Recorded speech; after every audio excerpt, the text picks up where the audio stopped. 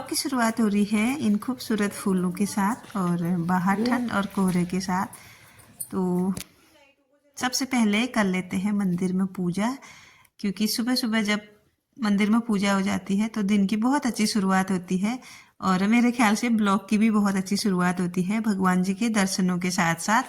तो यहाँ पे आज है एकादशी, वैसे कल भी है, कल कुछ लोग बोल रहे हैं कि आधे दिन की है, इसीलिए मैंने आज ही कर दी है। तो आज मेरा व्रत रहेगा और बच्चों के लिए कुछ बनाना पड़ेगा, लेकिन बच्चे भी आज घर में ही हैं क्योंकि कल रात को ही स्कूल से मैसेज आ गया था कि ज़्यादा ठंड होने की वजह से स्कूल की छुट्टी कर दी गई है। तो 2 दिन से बच्चे अभी घर में ही हैं। तो सबसे पहले कर लेते हैं यहाँ पे पूजा।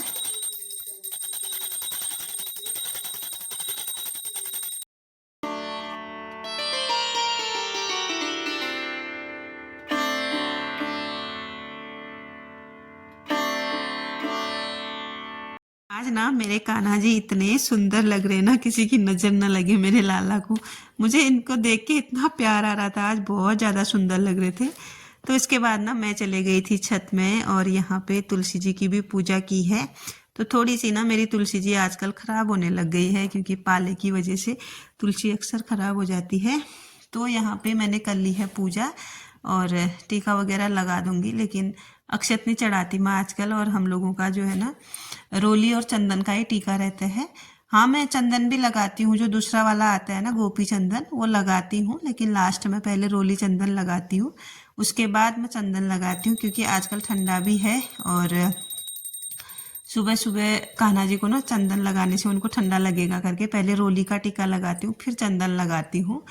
तो यहाँ पे तुलसी जी की पूजा हो गई है, सूर्य देव को भी जल चढ़ा दिया है। बस आजकल सूर्य देव के दर्शन ही नहीं हो रहे।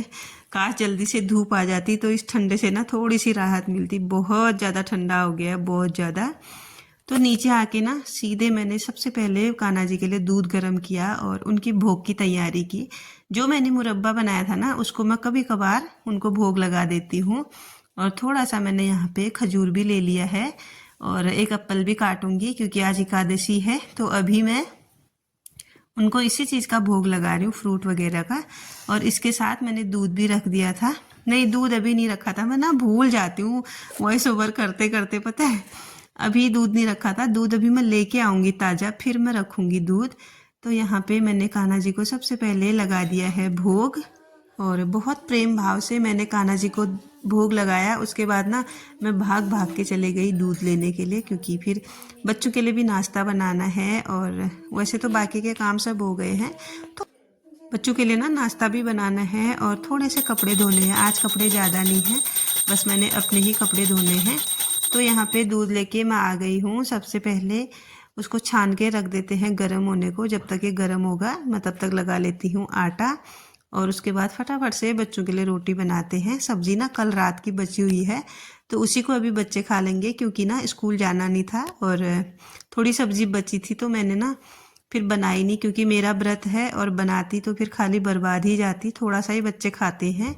और साथ के साथ ना मैंने यहाँ पे अपने लिए चाय भी बना ली है, क्योंकि आज मैंने चाय भी नहीं पी है। तो फटाफट से गर्मा गर्म चाय पी लेते हैं। उसके बाद बच्चों के लिए नाश्ता बना दिया था और इसके बाद मैं सीधे आपको मिल रही हूँ नाश्ता करने के बाद।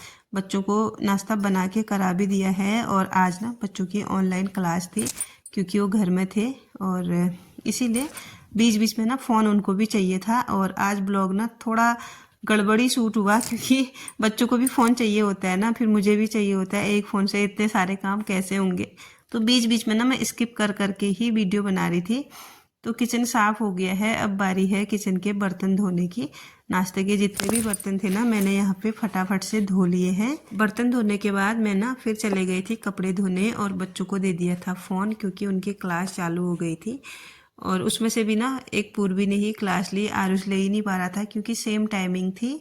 तो यहाँ पे मैं बैठे बैठे ना थोड़ा सा अपना काम कर रही थी। मुझे एक लड्डू गोपाल की ड्रेस का ऑर्डर आया था, इसी को मैं कंप्लीट करने में लगी थी और बच्चे ले रहे थे क्लास। बीच में ना एक छोटी सी क्लिप मैंने पूर्वी से निकलवाई, क्योंकि मैंने कहा मैं दिखाऊंगी क्या आगे को। तो मैं टास्क लेके चल रही थी कि 3 साढ़े 3 बजे तक मैं इस ड्रेस को कंप्लीट कर लूँगी।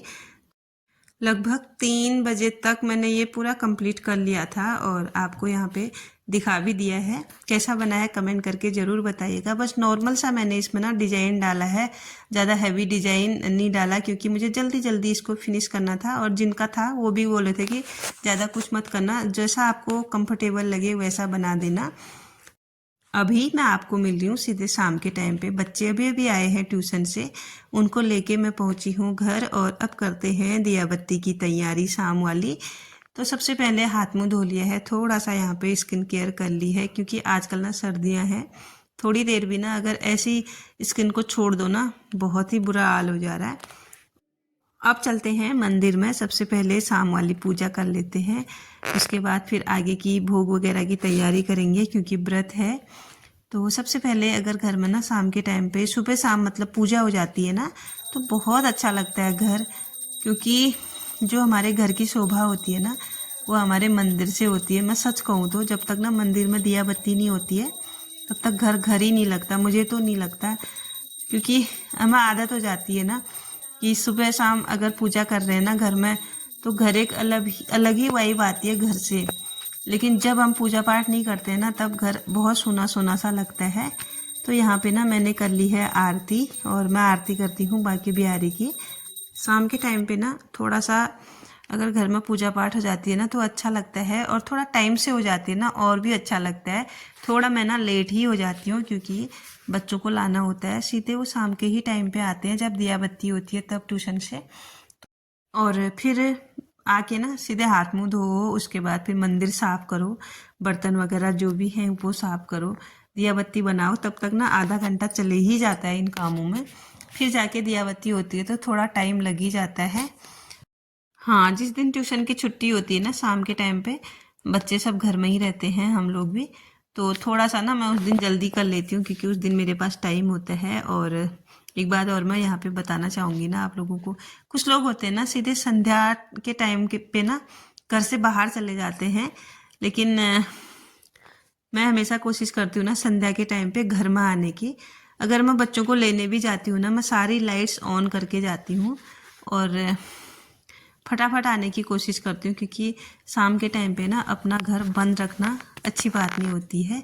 इसीलिए तो मेरी पूजा पाठ हो गई है और मैंने ना यहाँ पे बच्चों को भी बिठा दिया था, बच्चे अपनी पूजा करने लग गए हैं। इसके बाद मैं सीधे आ गई हूँ किचन में और अब बनाएंगे कान्हा जी के लिए भोग।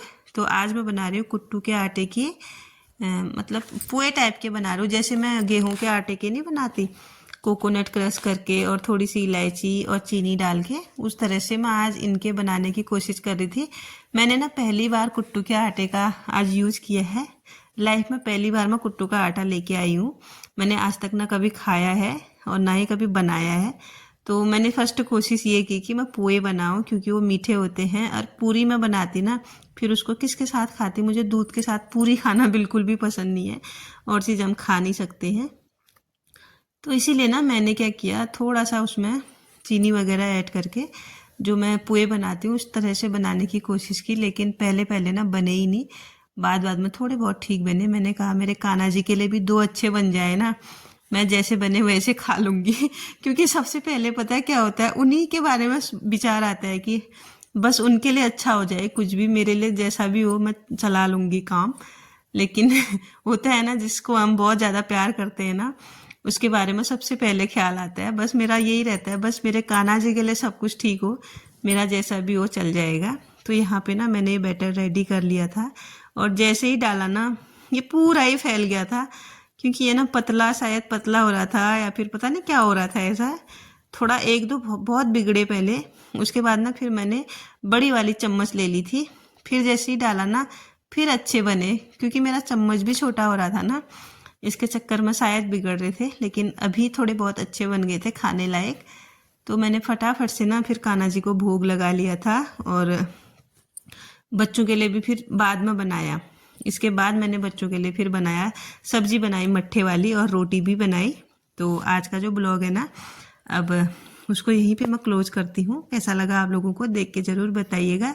मिलती हूँ आपको नेक्स्ट ब्लॉग के साथ, तब तक के लिए bye bye everyone, thanks for watching, Radhe Radhe.